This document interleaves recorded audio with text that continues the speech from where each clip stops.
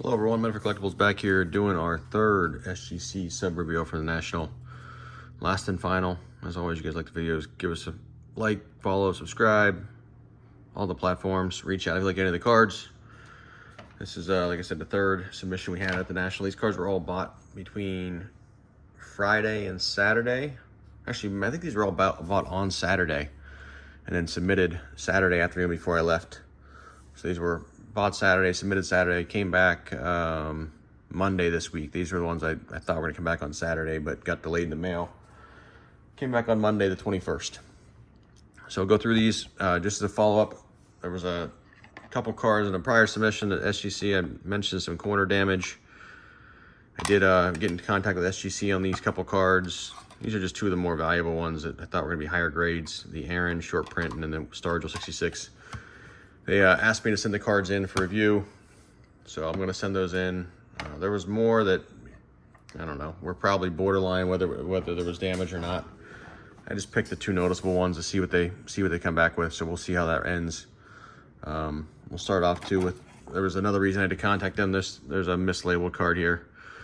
This is a 1963 jell-o, and the way you can tell is by the size of the card. For those of you that aren't familiar with these cards, if you look at the jell-o versus the post, you can see the post is much bigger. Extends beyond the jell-o. So this was sent in as a jell-o on the submission sheet, but for some reason they changed it to a post. I don't know why they did that. They're pretty close though, so it's easy to get confused on these. So I had to send this one back in anyways. Actually, was better. I could contact them about this. I know is an issue. The others are, you got to check to see if something happened. So this will be sent back in. What's surprising is there were other jell-os in the order that they graded correctly. So there's a 1963 jell-o. K-Line got a 2. Brooks Robinson got a 1.5. These are rare cards. Not many graded versions. Most of them are really beat up. So to get a number grade on these is pretty good. Again, these are cards that if you sell these in an auction, they don't bring anything. But if you put them by it now and wait and are patient, you can get pretty good numbers on these. So get that one sent back in as well. I am a little uncomfortable with SGC's process for sending it back in. They don't give you a case number or a tracking number or provide a label. They just say, hey, send them back in, write us a note, and we'll take care of it. So I'm going to give it a shot. But it's kind of odd that there's no more formal process than that, I guess. So let's jump into these. A ton of post and jell-o cards in this order. I picked up a big collection of post and jell-o cards, and I sent in all the ones I thought could get grades. I showed you guys the other pickups in an earlier video with the ones that are still raw that I didn't think would get a number grade, so I just kept them. But here we go. Yogi Berra got a 3, 1961. We got a Joe Torre 4.5. We got a 62 Matthews 4.5. These cards look they're in really good shape. Just the edges are kind of beat up, but coloring, a lot of them don't have creases. Here's one I say that, and here's one that's more beat up. 62 post Matthews got a 2. Hank Aaron got a 1. This one's really beat up. There's paper loss, I think. Yeah, up here in the right corner. Willie Mays got a 2, 1962 post. I didn't do any pre-grades on these. Again, I was just hoping for number grades on these postcards. I'm surprised how many of them actually came back with number grades.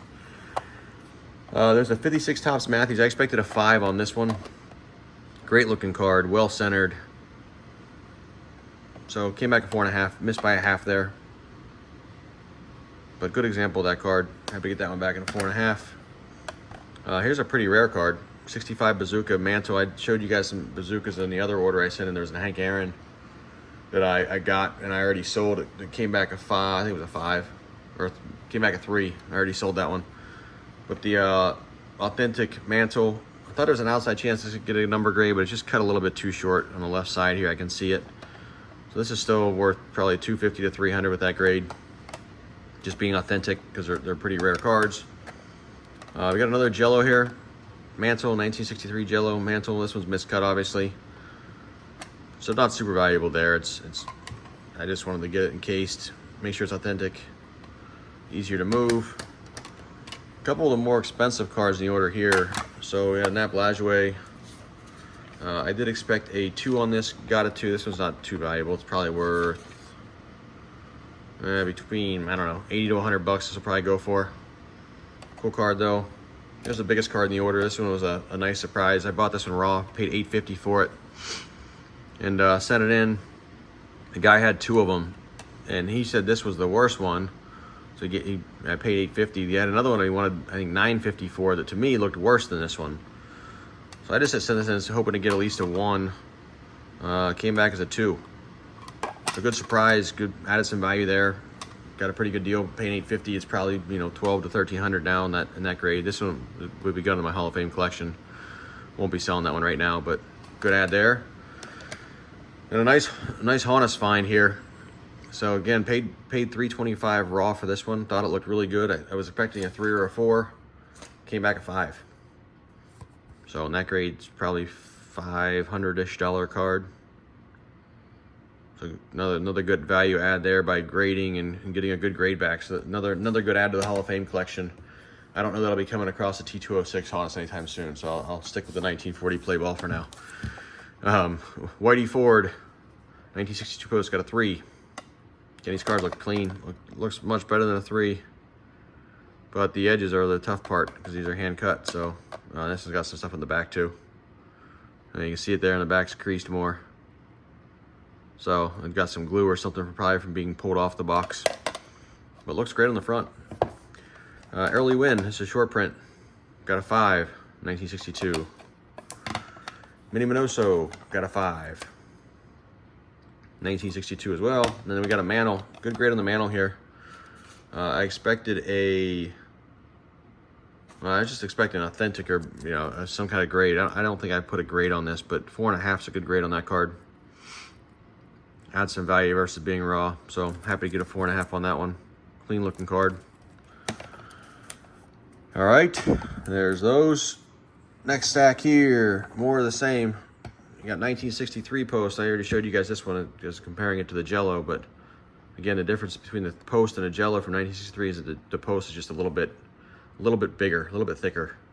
So it's just a touch wider. So good grade there on the Banks. 1963 they got a 4.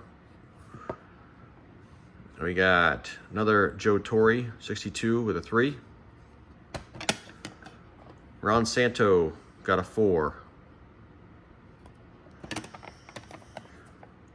Hank Aaron got a 4. Good grade on that one. We got a Topps Deck Wedge Maze. I think I had a 5 expectation on this one. Came back a 4.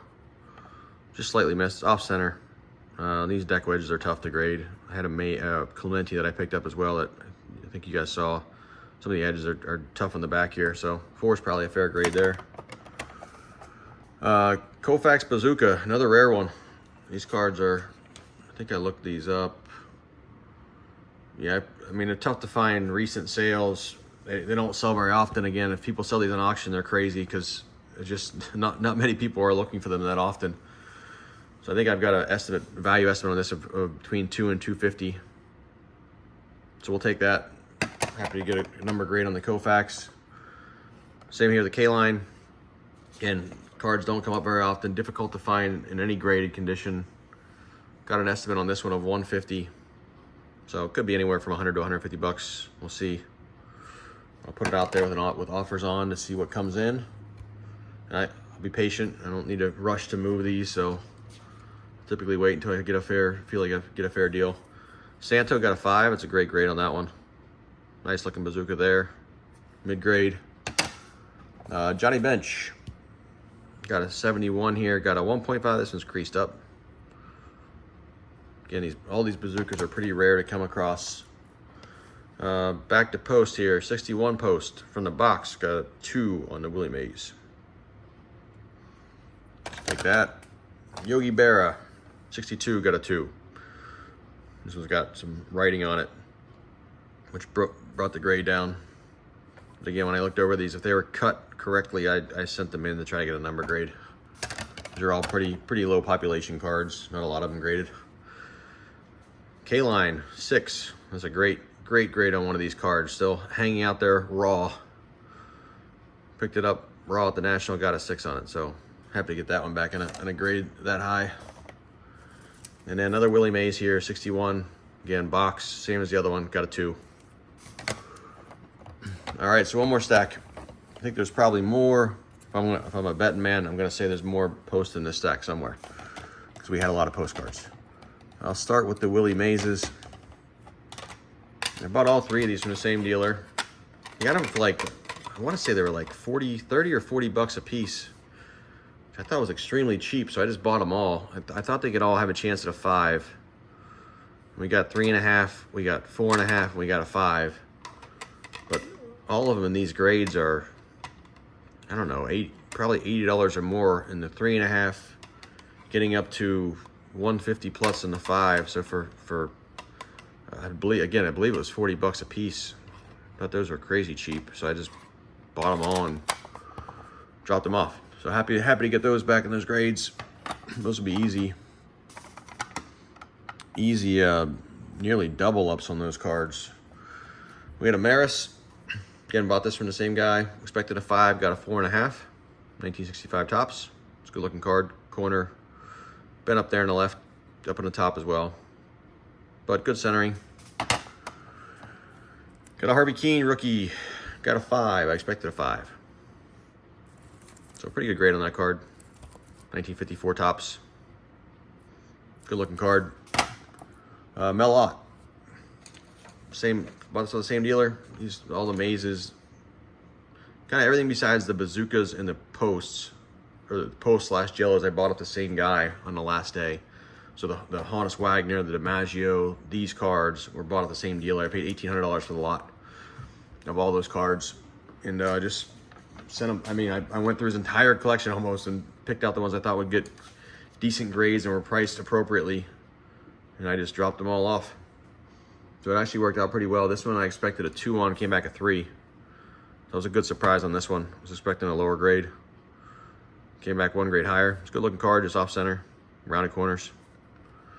So we will take that. Another Hall of Fame collection ad, Fred Lindstrom. Same thing, expected a 2 here. Bought this from the same guy as part of the 1,800 bucks. Came back a 3. So got some stuff in the back there. So happy with that grade. That'll be nice add Gaudy there to the Hall of Fame collection. Had a 52 or 51 Bowman Duke Snyder. This one I probably paid up on this one. I think I paid, let me see if I wrote down. I didn't write down all the individual cards. I think I paid around 50 bucks for this. But I needed the 51. I don't have a earlier year for my Hall of Fame collection, so this will go into my collection as well. I had a 2 on this, came back a 2. So with grading in this, I probably paid just under comps, but nice looking card, well centered. Happy to put that in my collection. Yep, more postcards. So Hoyt Wilhelm, got a 5 and a 4. What's crazy is this one has like the blue print, like the hat is, I don't know if you guys can see it, the hat's like blue, and on here it's black. So the print's different, but the one with the weird print got the higher grade. So 5 and a 4 there. Getting happy with those, just trying to get grades on these. Back to some bazookas. 1965, 1965 bazooka Frank Robinson got a 5. Again, very rare cards to get in this kind of grade. You look at the pop reports on these, less than 10 for the grading company, so we'll take that. Also got a Maze, 3.5. I did go through, like I said, and price these. The Maze, I'm estimating, I mean, I think there's only like a couple listed of this card. There's a raw one for like 800 bucks listed. Hasn't been any sales recently. I'm estimating could be up to 400 bucks on this card, depending on who's looking for it. So we'll see what comes in for that one. But pretty valuable card there. This is probably the best bazooka I picked up. 65 Clementi. This card looks sharp. See, just barely has the borders to get a grade. Got a tape mark on the back, which brought it down, which I think it probably would have been a 6. This is a great looking card. This one I'm estimating could be up to 500 bucks on this one for a little bazooka card, just because of how rare they are and how difficult it is to get a good grade on those. Got another bazooka here, Willie Mays, got a 3. Take that. And a couple more Hall of Famers. Monty Irvin, 54 tops, got a 5. That's what I was expecting. I was expecting a 5. So this, I think, we're going to Hall of Fame collection as well. I did have a couple 55s I picked up, but I think this will replace the 55, I believe. Be hanging on to that one. Preacher Row got a 5.5. Was expecting a 5. So again, it's part of the collection I bought. I went through, and anything I thought could get a 5 or higher in these order cards. Preacher Row's not a Hall of Famer, but bigger star from that era. Set them in if they were priced correctly. Whitey Ford got a 5. 1961 post. This is a company issue. So good looking card there. You got the company in the box. I don't know which one's rare. One of them's a shorter print. I think the company's a shorter print maybe than the box. So we'll take that one. And last but not least, another Koufax. Got a 5. 62 post, red lines. There's a blue lines version of this. It's much rarer, but this is the red lines version. Still a great grade on that. Take a 5 on that all day. So that is it. I will report back with an update on the SGC situation. Again, they responded right away. I sent them a note last night. I had a response back from them at 7:30 this morning. So, you know, they got back to me quick. Just, we'll see how it goes from here. I don't know, again, kind of odd sending it in with no real, like, they didn't send me a shipping label or anything, and just like send it in and give us a note, and we'll see what happens. So I'll keep you guys up to date on what happens with that. I've heard their customer service is very good, and so far response has been good, but the tracking of it is just kind of, I don't know, makes me a little uneasy, I guess. As always, you guys like the videos, give us a follow, give us a like. Medford Collectibles on all the platforms. If you like any of these cards, again, some of these will be going in my Hall of Fame collection, but a lot of the posts and the bazookas and the jell-os will be for sale. If you guys are looking for those, you just reach out. I'll be getting those posted over the next week or two as I get through them all. And we will talk to you guys next time.